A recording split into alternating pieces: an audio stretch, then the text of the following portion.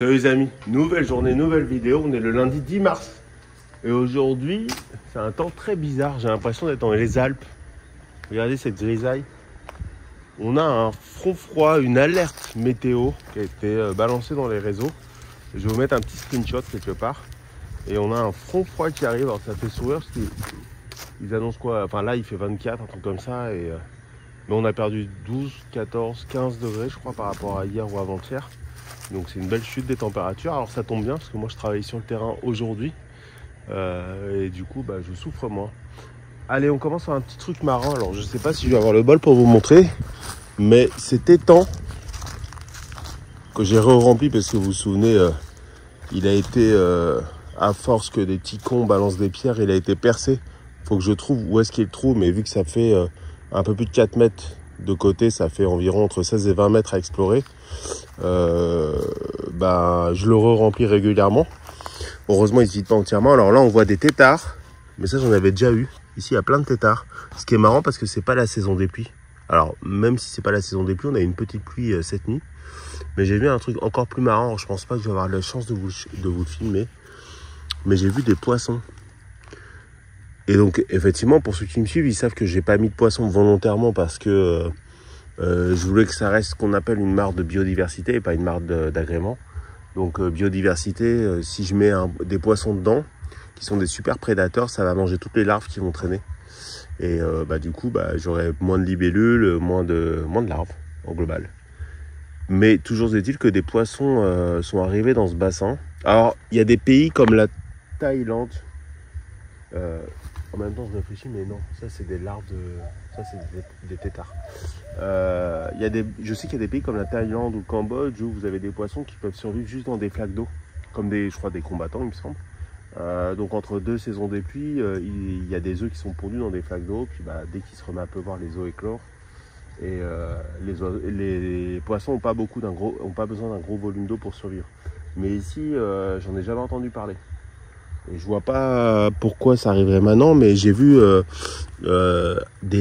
c'était pas un tétard parce que ça avait des nageoires. Et du coup, je vais vous mettre une vidéo, mais c'était pas du Spielberg. Elle est pas très claire, donc je sais pas si vous verrez bien. Mais on a des poissons dans le bassin. Là, c'est dingue. Je sais pas d'où ils sont venus. En tout cas, il y avait de la vie, quoi. Donc je suis pas déçu d'avoir des poissons, je trouve ça amusant. Mais ce qui est sûr, c'est que ça va faire évoluer le biotope de cette mare. Alors après, c'est la nature, hein, c'est comme ça. Je vais pas me mettre à pêcher ces poissons-là, mais c'est assez amusant. Du coup, ça risque de faire venir un peu plus d'oiseaux qui vont vouloir venir pêcher ces poissons. Et peut-être même des petits serpents ou des machins de ce type-là pour se restaurer. Parce que pour l'instant, j'ai juste vu une seule fois une espèce de serpent, mais c'était pas un serpent. J'aurais dit comment on appelle ça, un orvet en France. Je sais pas si ça existe ici, mais ça ressemble à ça. Et ça s'est vite barré, donc j'ai pas eu le temps de dégainer le téléphone pour vous le montrer. Non, je regarde, mais pas de chance, hein, je verrai pas ceux ou ces poissons. Ils sont venus tout à l'heure quand j'ai rempli, donc je pense qu'ils cherchaient de l'eau fraîche ou j'en sais rien, je sais pas. Mais ils tournaient dans cette zone-là, et cette zone, c'est celle qui reçoit en priorité ma petite cascade d'eau. Donc tout à l'heure je l'ai mis pour voir si ça les faisait revenir, mais je sais pas, peut-être qu'ils se sentent plus en sécurité, comme je traîne autour, et ils sont allés dans les profondeurs. Mais j'ai envie de dire, tant mieux, hein, reproduisez-vous, faites votre vie, et voyons ce que ça donne. En tout cas, je suis super content de ce petit étang. Il n'est pas encore visuellement parfait, mais bon là... regardez là-bas. Les petites vaguelettes, non ? Non, c'est des larves en surface. Il n'est pas encore tout à fait parfait, mais j'attends de résoudre ce petit problème de dégradation d'une façon ou d'une autre pour m'y remettre sévèrement sur ce joli temps. Ah, je l'ai vu, il est là. Ah, j'en fais presque une affaire d'état le truc. Je l'ai vu par là le poisson. Ce qui est assez logique parce qu'il y a plein de plantes, donc il doit y avoir de la nourriture pour lui. Bon, on va devoir abandonner. C'est pas grave. Juste, j'enlève les feuilles parce que ça, Ça fait un peu trop de matière organique à recycler pour les plantes.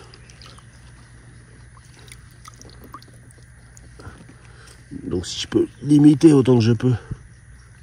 Regardez, ça c'est nombril de Vénus, ça c'est vraiment invasif. Hein. Si vous mettez ces nombrils de... Alors, nombril de Vénus, c'est ça. Regardez. Hop, non, pas ça. C'est ça là. Si vous mettez ça dans votre étang, soyez prêts hein, à devoir intervenir parce que ça s'est étendu partout. Vraiment partout. Alors moi pour l'instant je désivre l'étang. J'interviendrai plus tard et je le réagencerai plus tard. Mais là pour l'instant je le laisse se développer pour voir un petit peu ce qui se passe. Allez, on passe à un autre sujet. Donc aujourd'hui j'ai planté 3 petits trucs super intéressants que j'ai trouvé ce week-end. Premièrement, de l'origan chinois. Alors j'avais jamais vu des feuilles d'origan aussi grosses. Alors ici ils appellent ça chinois, mais je sais pas si c'est d'origine de Chine. J'en ai aucune idée. Donc voilà, je viens de le planter. C'est une aromatique qui est censé rester au soleil, même ici dans le Yucatan. Donc on verra bien. Si je peux faire des boutures pour en propager un peu partout, pourquoi pas. Si ça prend autant que le vaporub, on va pas se plaindre. Regardez le vaporub. Non, ça c'est le plant de tomate, mais ici j'ai du vaporub. Et ce vaporub, il vient de là-bas. Il a fait tout le tour du potager. Là, j'ai mon plant de tomate spontané là, qui a poussé dans le compost. Regardez, ça me fait une tomate ici, une deuxième là, une troisième là, et là j'ai des fleurs. Donc il est affreux ce plant, mais bon, je le laisse pousser. Je suis curieux de voir les tomates que ça va sortir. C'est assez amusant. Aujourd'hui j'ai tendu. Je suis allé voir mes petits arbres fruitiers, comme vous le savez à chaque fois, c'est ma grande passion de les regarder un par un. Je leur parle pas encore, mais j'essaie de les écouter. Et donc j'ai constaté un truc amusant sur le figuier. Le figuier, ça fait 4 mois qu'il a commencé à fructifier. Et bah normalement, vous savez, c'est les figuiers, ça fructifie entre 1 et 2 fois dans l'année. Et quand j'avais acheté celui-là, le gars m'avait dit ouais jusqu'à 3 fois. Bon, je comprenais pas 3 fois comment c'est possible, mais bon, mettons. Et ben là, ça fait donc 4-5 mois qu'il a commencé à fructifier. Et ben il continue de me sortir des nouvelles figues. Je vois pas comment c'est possible. Là, j'en vois une nouvelle. Là, je pense que ça va en être une.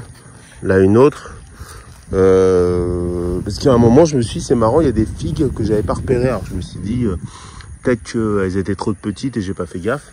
Mais en fait, non. Non, il en sort un paquet. Et là, il y a plein de tiges qui sortent. Donc, je pense que je vais pas tarder à bouturer. Vous savez que le figuier, c'est a priori un des arbres les plus faciles à bouturer. Donc, on va voir.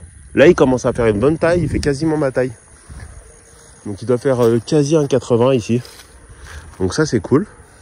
Ça sent très bon. Donc, c'est le seul figuier. Hein. J'en avais planté 6 ou 7 dans le terrain. Juste avant la saison sèche, ils ont tous crevé.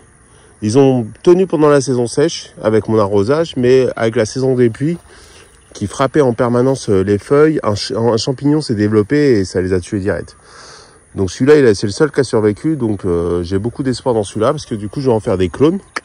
Si celui-là, il s'est adapté ici à mon terrain et à mon climat et à mes conditions de culture et à mon eau et à tout, bah, je me dis ces clones ont plus de chances de se développer. Donc amusant, le figuier ici, il a l'air de fructifier tant qu'il fait pas trop chaud. C'est-à-dire qu'on a eu des 37, mais je pense que quand la vraie saison chaude va arriver et qu'on va faire des plus de 40 en permanence, je pense que ça va le calmer, il va arrêter de fructifier, il va garder son eau. Mais en attendant, là, ça n'a pas l'air de le déranger, au contraire, ce climat lui plaît. Le kiwi, il avait tout perdu. Il avait perdu toutes ses feuilles, toutes ses pousses. Elles sont là. Et là, ça revient. Alors pourquoi? C'est parce que ces trucs ont fâcheuse tendance à se boucher. Pourquoi? Parce que les tuyaux sont transparents. Les tuyaux sont transparents, j'ai l'eau qui reste là, j'ai le soleil qui tape dessus, ça fait des algues qui prolifèrent dedans. Et du coup, qui viennent boucher cette entrée-là. Et après, bah, comme j'ai une centaine d'arbres partout là, je vérifiais pas systématiquement toutes les sorties d'eau.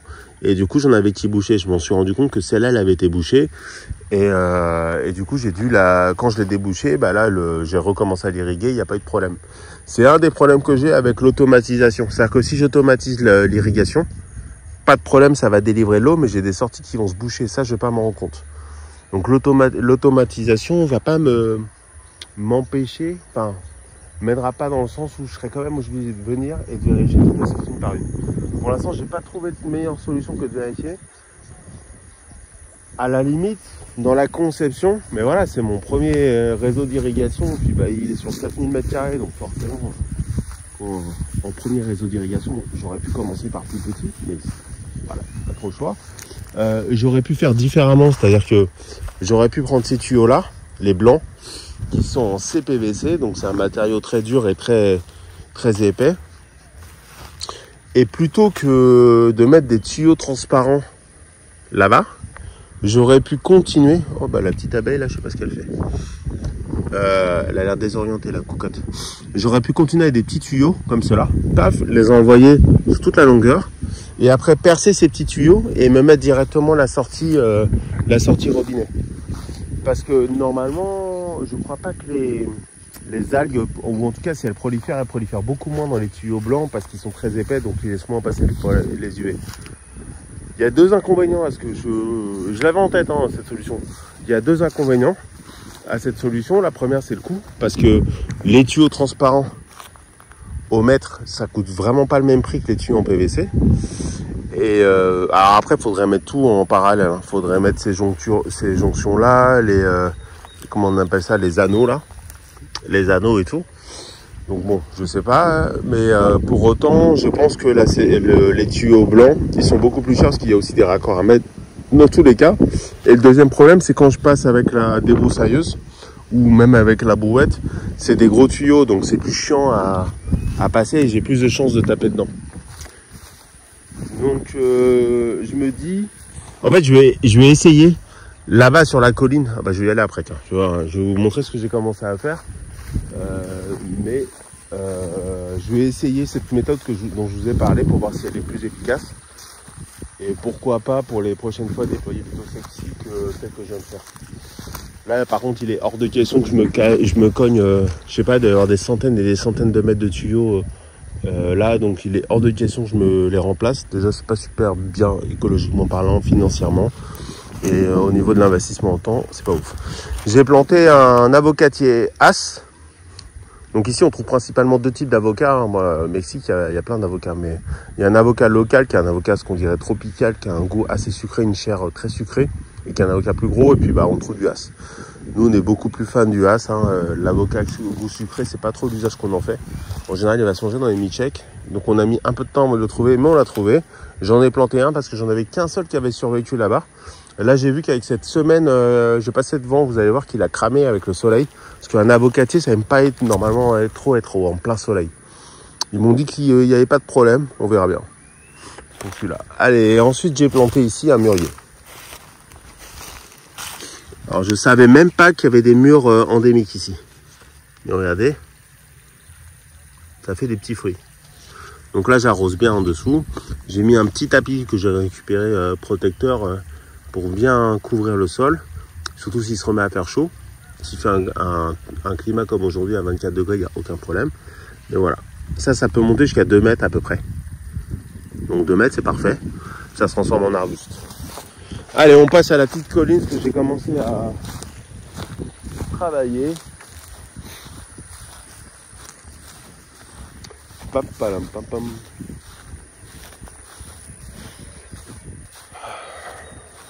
Donc c'est cool parce que c'est un labo enfin pour moi, c'est un labo à taille, je vais pas dire à taille réelle parce que c'est plus grand qu'une taille réelle pour moi, mais c'est un labo à grande taille où je fais mes tests et puis bah, j'apprends mes erreurs comme tout le monde et puis bah, j'essaye. Hein. Alors voilà. Ici donc il y a le chemin que j'ai pas fini, que j'ai commencé. Là je vais le reprendre parce que pendant la saison des pluies avec tout ce qui poussait c'était impossible de continuer. Mais là, comme les pluies se sont énormément calmées, je vais pouvoir le reprendre. Donc je vais commander encore un camion de de gravier. Et donc je vais faire continuer la route le long du réseau d'irrigation. Et donc je me suis dit que ça serait pas mal ici de mettre des arbres. Pour l'instant, j'ai pas d'irrigation dans ce côté-là, mais j'ai commencé à faire un premier trou à la pioche, ici, là. Pas hyper profond, mais bon, il a le mérite d'exister. Et un deuxième trou pour le marquer, donc il est à 5 mètres que j'ai fait là. Donc je me dis, je peux en mettre un là, à 5 mètres encore, et après, un vers pas très loin du réservoir d'eau. Et donc comment je vais faire pour irriguer? C'est simple. Ici, j'ai mon réseau d'irrigation qui monte au niveau de la réserve à eau, là. Et ben du coup, je vais faire une déviation ici et je vais l'emmener là. Et je vais pouvoir irriguer toute cette zone-là grâce à mon réseau. La seule question que je me pose, c'est est-ce que je fais comme les autres, je fais monter un robinet, voilà, comme on voit là, je fais monter un robinet, ou est-ce que je fais la solution dont je vous ai parlé, c'est-à-dire je mets un tuyau blanc, je perce et je mets dedans directement un robinet. Et évidemment, en amont de ça, je mets une valve. Parce que s'il n'y a pas de valve, ça veut dire que ça irriguera tout le temps en permanence cette zone et je ne veux pas le faire. Parce que je ne veux pas non plus les noyer. Et je vais pouvoir choisir quand les arroser. Mais voilà. Donc là, je vais faire une autre zone arborée. Je me dis, ça peut être pas mal. Et ici là, pareil, je peux planter quelques arbres. Je peux en planter peut-être un ou deux. Et peut-être viser plutôt que des arbustes qui seront à l'ombre de celui-là. À l'ombre de celui-là, on voit là, bon, j'ai un papayer qui pousse là. Et d'ailleurs, celui-là, c'est comme l'autre papayer spontané, c'est un femelle. C'est marrant quand même. Tous les papayers qu'on poussait là, c'était des femelles. Et comment je sais, hein, même principe. Là, on voit des fleurs arriver. Donc, on va voir si c'est une variété auto-fertile ou pas. Et donc, au pied, un manguier. Bon, le manguier, par contre, ça monte haut. Donc, je pense qu'ils vont, à un moment, ils vont pas, enfin, ils vont flûter. Mais je me dis là, je peux planter deux arbustes. Des arbustes, c'est des arbres qui vont monter à moins de 3 mètres. Et je peux utiliser cette sortie-là pour faire mon irrigation. Là, sans aucun souci. Et donc oui, l'avocatier dont je parlais, le seul qui avait survécu, qui était flamboyant. Et j'utilise bien le passé pour pas pour rien. C'est que cette semaine, comme il a fait extrêmement chaud, bah, jusqu'à aujourd'hui, enfin la semaine dernière, parce qu'on a un lundi, regardez. Les jeunes pousses, elles ont été toutes cramées. Toutes, sans exception. Ça, c'est des taches de coup de soleil. Et ce qui est marrant, les plus grosses feuilles, il n'y a pas de problème. Mais c'est vraiment toutes les feuilles d'en haut. Donc les feuilles d'en haut, c'est que les jeunes pousses. Et il a pris un vrai coup de chaud. Et jeudi, donc en fait, je suis venu jeudi, je l'ai arrosé jeudi. Et il avait aucun problème. Donc ça s'est passé entre jeudi et dimanche. Et je sais que vendredi et samedi, on a eu 36-37 vers 15-16 heures. Donc je pense que l'avocatier, c'est bien ce que je me disais, ça aime vraiment pas être en plein soleil, en tout cas quand c'est jeune. Celui-là, il a déjà 1 an et demi. Hein. Et c'est le seul, encore une fois, qui a survécu, j'en avais planté 4. On apprend. Sinon, pour le reste, ça va. Pas de problèmes divers et variés, tout pousse. Le potager va bien. J'ai vu aussi jeudi, quand je suis venu, que mon... Qu'on appelle ça? Citronnelle. Voilà, en français, ça se dit citronnelle. Avait cramé, mais que les feuilles de l'extérieur. Mais là, ça va, il a l'air d'être reparti et tout. Donc, je l'avais bien arrosé abondamment, sans aucun scrupule. Et mon petit romarin, pareil. Mon petit romarin, il va bien. Il a commencé à faire des quoi là? On dirait des fleurs, mais non. Mon petit romarin va très bien. Voilà. Donc voilà, pour l'instant ça va bien. Je continue d'avancer. Bah, je profite de ce climat, on va dire, tempéré pour nous dans le Yucatan pour faire des tâches un petit peu chiantes. Donc prochaine étape, c'est aller nettoyer quand même l'étang et enlever les pierres qui sont dedans. Et peut-être remettre d'aplomb tous les pots de fleurs. Et puis bah, c'est aussi après de creuser tous mes trous ici aussi, et de faire mon réseau d'irrigation en prévision de la plantation, parce que je vous l'ai déjà expliqué plein de fois. Ici, je peux pas me permettre de planter et ensuite de penser arrosage. Il faut d'abord que j'ai mon arrosage fonctionnel et ensuite je peux planter, parce que sinon c'est l'enfer pour arroser. Bah écoutez, voilà une petite vidéo plutôt plus long que ce que j'avais imaginé. Puis ma foi, j'ai essayé de vous donner un aperçu de tout ce que j'avais fait. Je vous dis à très bientôt et salut les amis. Ciao, ciao.